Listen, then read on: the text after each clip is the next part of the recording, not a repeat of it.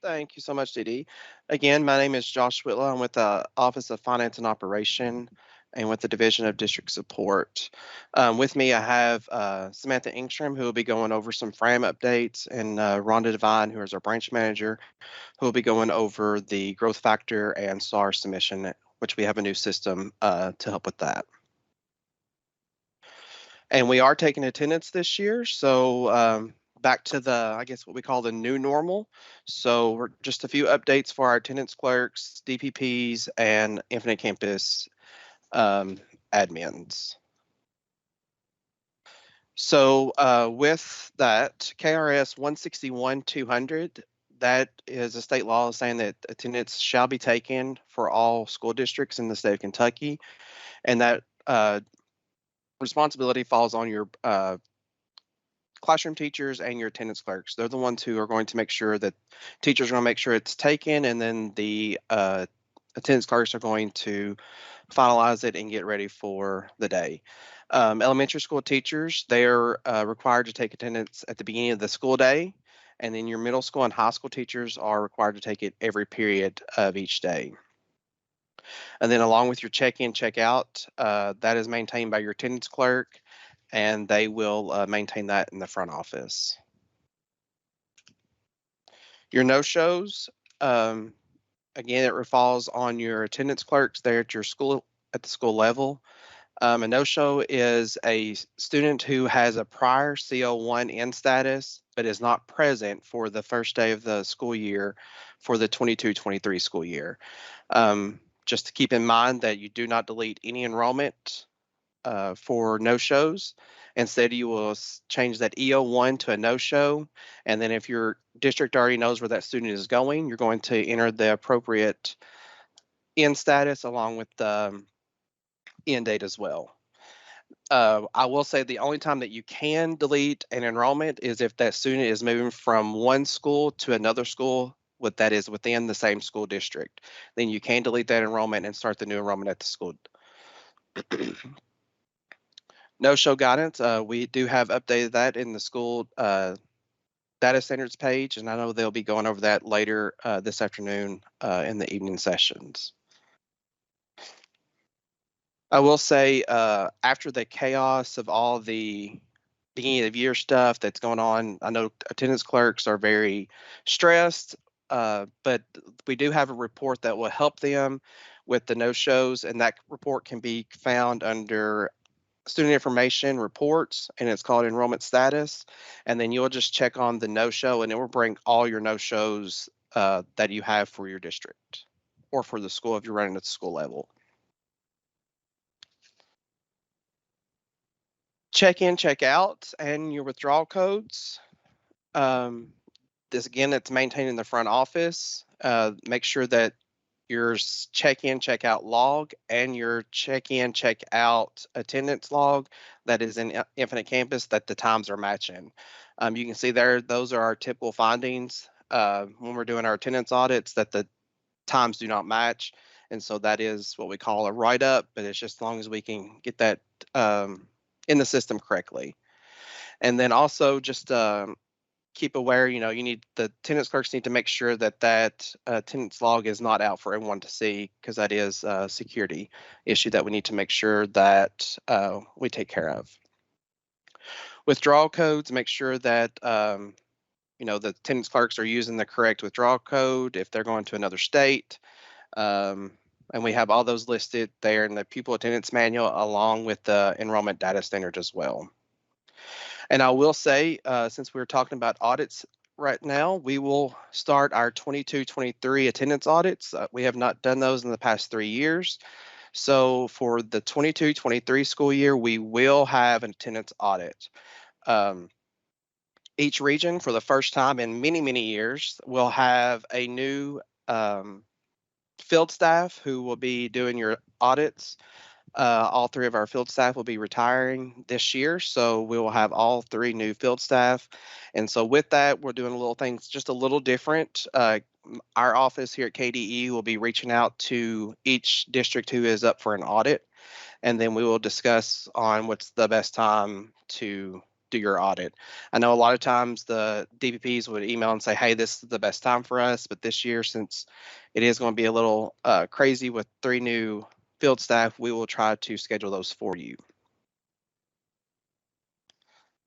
Transportation codes. This is big for you all because it does interfere with your SEEK funding. So again, to make sure this does rely on your attendance clerks to make sure that they have the appropriate T code, T1 through T5s. Again, that has to be enrolled. A T code must be enrolled for all new enrollments and returning students. I know there is that report that you can do. There is the wizard that you can enroll for your enrollment T code. So make sure you're running that. And then again, T codes can change it throughout the year. So if you have a student that was a T5, or I'm sorry, a T4, and they have moved out in the county further, so you can change it to a T1. But to make sure that you indate the previous T code because that will cause you an error on your overlapping T codes. It is recommendation by our attendance auditors that you should do T code checks twice a year. I know in my district I did it at the beginning of the year, and then when I came back from Christmas break, we did it in January and February. So make sure that just to help to make sure you're receiving the maximum funding. Child of district employee. This is not new, but we are wanting to make sure that we draw your attention to this. Just as normal, if the student is a child of a district employee, and that is outside the district. So if you have a teacher that's outside your district and that student is coming with your employee, make sure that they do have that flag. The start date will be the first day of the student's enrollment.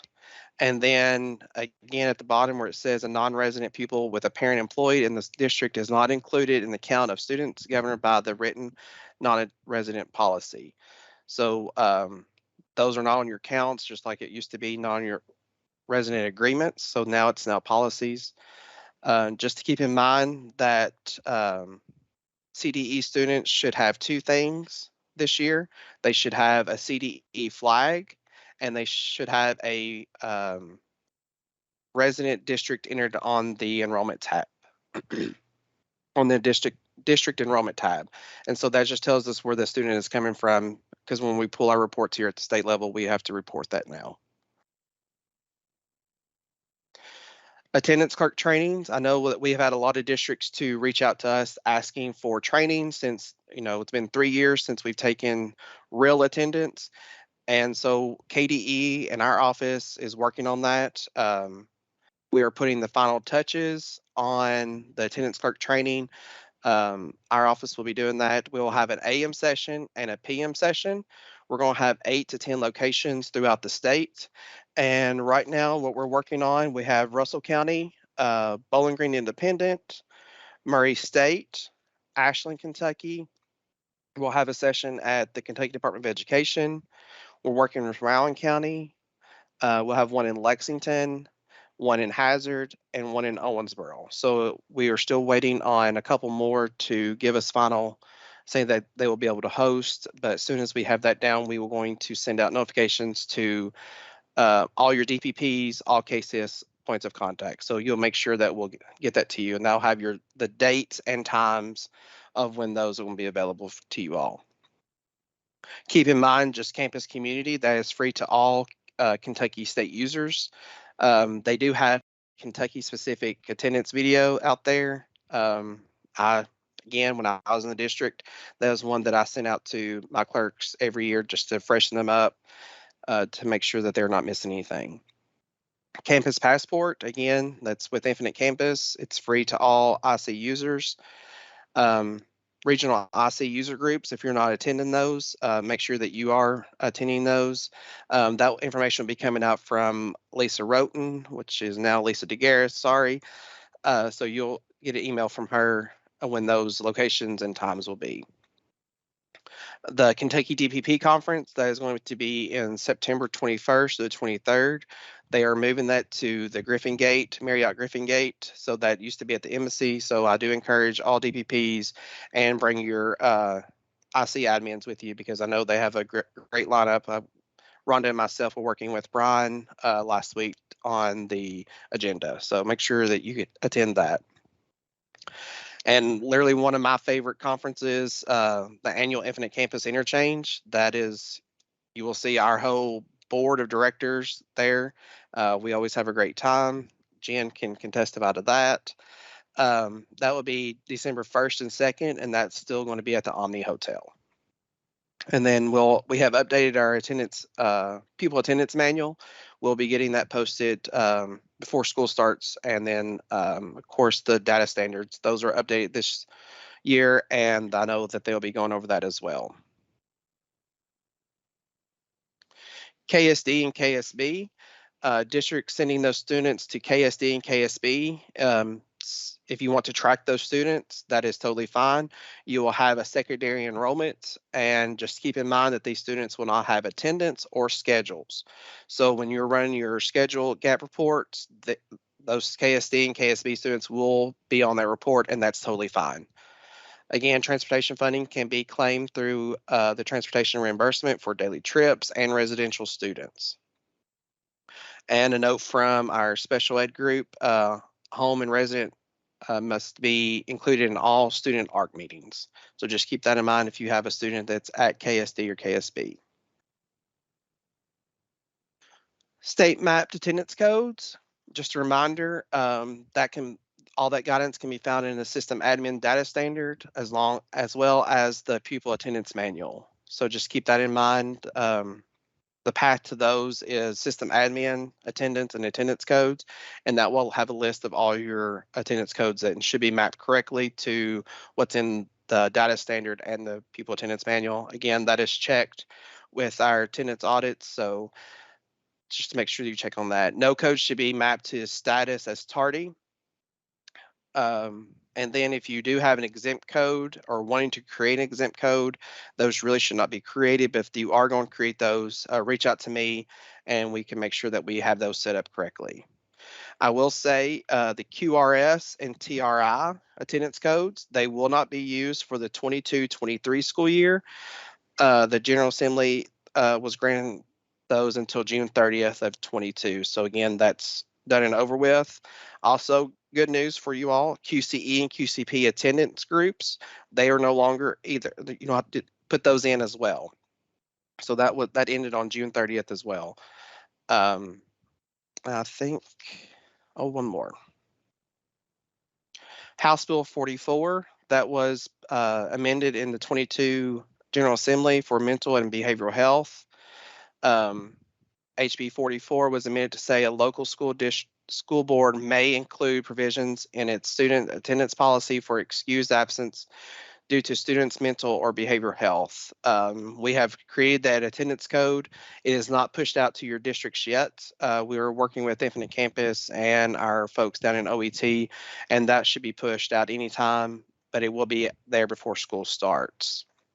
Again, this is not mandatory. It does say districts may have, and so districts decision if the days are given and how they may or may not count towards parent notes, etc. But again, this must be outlined in your district policy for attendance. And so Josh, I think, yes, ma'am. Do you want to hold questions until the end, or do you want to take a few questions? What's your preference? We can wait till the end to make sure we get through it. Okay. And so just a reminder for folks that if you do have questions, to put them out in app.gosoapbox.com. And the access code is KDE Data. Thanks. Welcome, Samantha. Right, thanks, Dee Dee. So I'm Samantha Engstrom. I've worked with FRAM in the past, and I'm back doing it again. So like other things that we do, the 2022-23 HIF data will be collected and used for funding purposes this year. We're going back to actually using the current year instead of using past data. So you need to be processing your HIF forms through the FRAM module in Infinite Campus, and you need to continue to upload your DC files monthly. So if you are full CEP, if you are a full CEP district, you can process your HIFs through IC in the FRAM processing section. That's only if you're full CEP. And if you have questions in order to set that up, you need to contact campus. You need to put in a ticket with campus so that they can guide you through the setup. So if you're not full, if you're just partial CEP, there are still some options for you, but they mostly have to do with having an electronic signature on your HIF forms. So there are 3 options. So you can create an online registration form that looks like the HIF form that has an electronic signature. You can create a custom form in campus, and that will allow the parents to sign it in the parent portal. Or you can create an online registration page and link that where the parents can upload the form themselves. And I do realize there is a little typo in there where it says ORL. It's the same thing. It's not something different. Let me see here. So for non-CEP schools, they are required to complete USDA forms to feed students for the 2022-23 school year, and all standard FRAM processes will be in effect for the 2022-23 school year. As I said previously, we're back to our standard way of doing things. Okay, so the statewide point of sale system. So many districts have transitioned to a new system, and that's Heartland's Mosaic system. And Heartland, KD, and Infinite Campus have worked together. So there's a daily sync that will go on. So it should help the processing go smoother. It should, you shouldn't have errors because of the sync issues, which happen all the time with data. And if you have any questions, please reach out to your district's food service director. And the contacts for this is Timothy Cooper, sorry, and Dale Collier. And if you have questions, obviously you can contact me, but you could also check our CEP page on KDE's webpage. It's got all kinds of information. It's got the HIF form in Spanish. It's got training resources and tips. It's got a FRAM coordinator checklist. So it's just a really good resource just to check out, see what's on there. So, all right, Rhonda.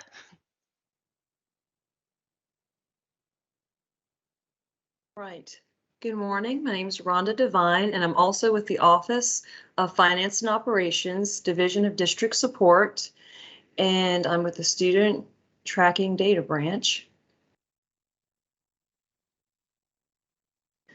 I will be discussing the new growth factor process with you today, and I'll be doing this for Laura Lohman, who is our new point of contact for growth factor and SAR this year. So the thing that I wanted to stress is that the growth factor is due 10 days after the last day of the second month, but we know that there are a lot of districts that are using the variable instructional calendar. So that's going to be really pushing that date because we need them by the 1st of November. So if you have a KSIS schedule or variable instructional calendar, we just ask that you get the growth factor reports to us as soon as possible and no later than November 1st. And we also have a checklist that you can click on this PowerPoint that will help also with going through the process. We will not be paying for growth factor this year, but they must be submitted. We use the information as a baseline. So this year we'll be doing growth factor, and then that will serve as our baseline since growth factor looks back a year and it needs something to base its information from. And the last time that we did growth factor was 2019. So that is why we are asking that these be completed this year. And this is our new SAR application. And you can see that everything is housed now. It's a one-stop shop for SAR, growth factor, and also January growth factor. Everything is located in this application, and this is the home page. So when you log in, this is what you'll see.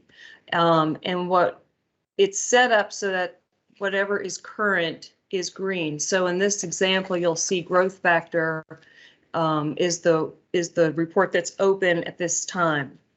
In the top right corner, you'll see the login information, your school district information, and then also in the bottom right corner, there will be a KDE contact person, which will be Laura Lohman.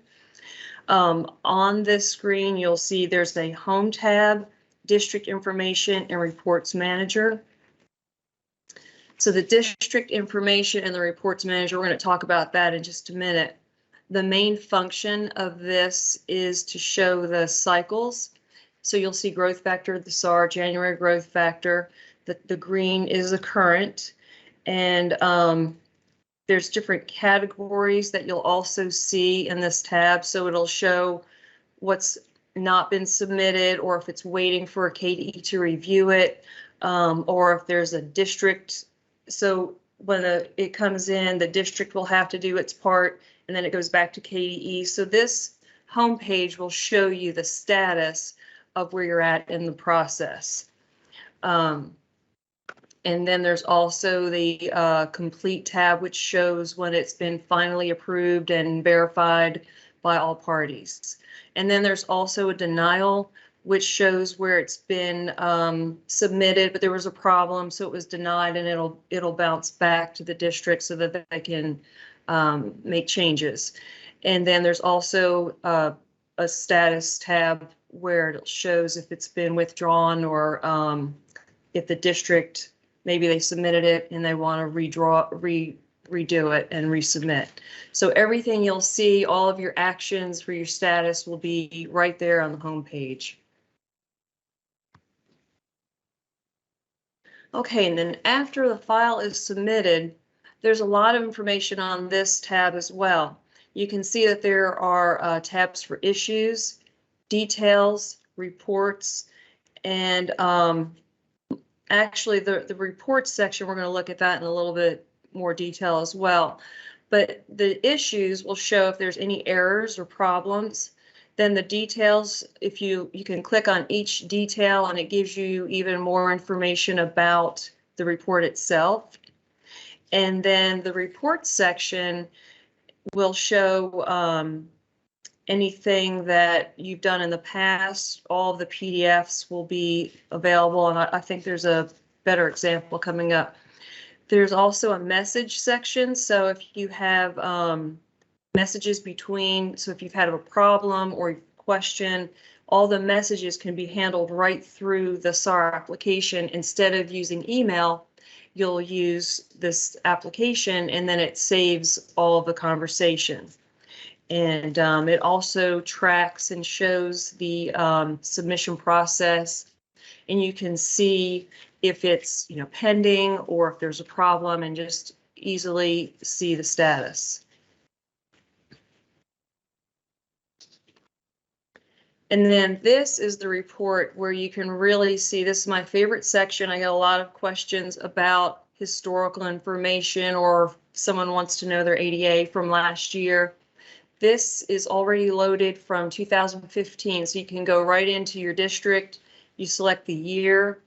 You can find your SAR historical information, or your growth factor, or January growth factor.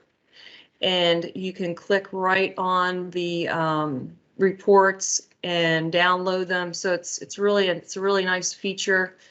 And then of course the current is going to be available as well, and it would show when it's finished and if it's in process.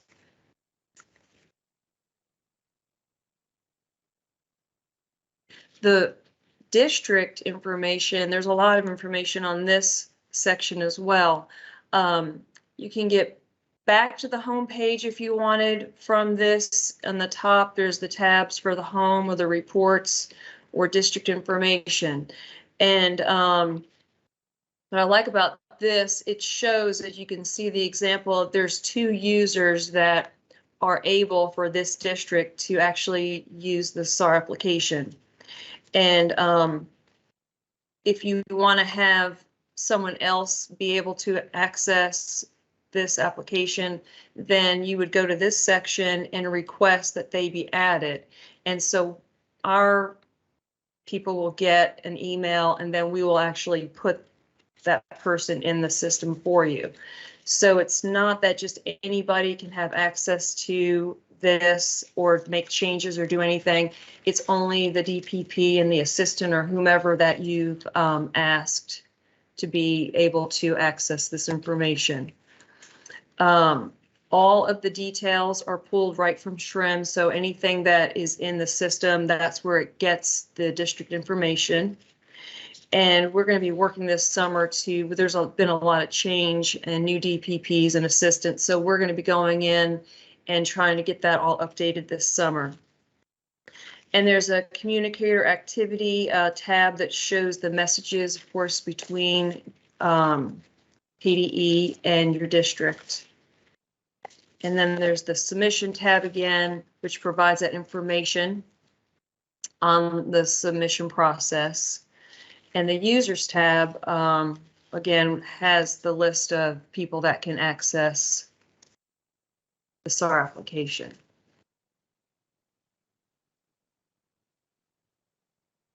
We have guidance documents on our website, and they've all been updated to go through the SAR application process. We also are going to be having a training this September, and it's going to be basically the same as we've done with the Q&A, where we'll have a presentation on Teams. Laura will lead it. It will have an open chat where you can ask her questions and she can answer them for you. We're also going to be at the KDPP conference, and we've already spoken to Brian Bolin, as Josh had mentioned. So we're on the schedule, and we'll be there to present, answer questions. And I think when people start using the process, they're going to find that it's really easy to use, and you'll be able to get on there now and click on the tabs and just look through the application process. So it's kind of a new way to do things, but I feel like it's going to be a lot more efficient. And then this is our team. And as I said, Laura is the point of contact, but you can always contact me if you have any questions. And that's all that I have for that now, but we can go into greater detail in September. Thank you. Thanks, Rhonda. And I know that we do have another OFO session that follows this one. So do we want to go ahead to questions now, or would we rather continue to wait? We can go ahead if you want to. All right. Well, let's start some questions, because there looks like there's a few out here. And I'm sorry, I'd like to say I have them grouped by each of your session, but I'm just not that good. I'm just going to go down the list. You're good. What's gotten to the top will always get first. So one of the questions is, do children need a CDE flag if they are a child of a district employee, but they live within the school district and would not qualify to have another resident district to be the enrollment tab? No, they will not need a CDE flag. That's just only for district or for students who live outside your district and their parent works for your district is the only way they'll need a CDE flag, and then the resident on the enrollment tab. The second one is, KDE going to offer us any flexibility with COVID absences for 2022, 2023? No. And then I'm gonna bring Jesse in on this one too. That's more of a legislative thing, hasn't it gotten to be? Yes. It is. We, as Josh had said earlier, all of our QRS, TRI, all of the codes that we had put out there for districts for the past couple of years that kind of allotted for those COVID absences, those have all expired. So we are, in essence, just going back to, the way it was done. We're reverting to everything pre-COVID. So if you do have absences due to COVID, I know that, just because all the codes are gone doesn't mean COVID's gone. So you will still have absences due to that, but they're just going to be coded like a sick absence, falling under your district policy for those things. So there's nothing specific we have here at KDE. I do know Josh mentioned that the QCE and QCP codes we're no longer going to be tracking. We are working internally to get some type of tracking for communicable diseases to see what we can do on that end to help your nurses and your health group helps your health groups within the district out, but that will be outside the attendance area. So there's nothing in attendance world that is accounting for COVID absences in 22-23. So should we delete the QRS and TRI codes? I don't see a place to end date. No, you will not delete those because that goes with prior enrollments and prior years, so you cannot delete those attendance codes. It won't even let you, to be honest with you. Can the attendants continue to fill, the attendance clerk continue to fill out the information on the check-in, check-out log, or are we going back to having the parents fill in the information, the signature box in particular? Yes, if you're checking out, that is especially for elementary level, you have to have by law parent signature, parent or guardian signature, and then you have to go back to your board policy as well, because I know like at my district we're required to have parent or guardian signatures K through 12. Yes. So will the attendance clerk training happen in July or August? So we're starting the attendance clerk training mid-August, and so right now we have it starting around August 16th, and the last one will end around September 14th. So we're trying to get those in within a month of mid-August through September. And they're going to be located around the state. Yes. So we're trying to make it friendly for everyone in the state, and they'll be located in different regions.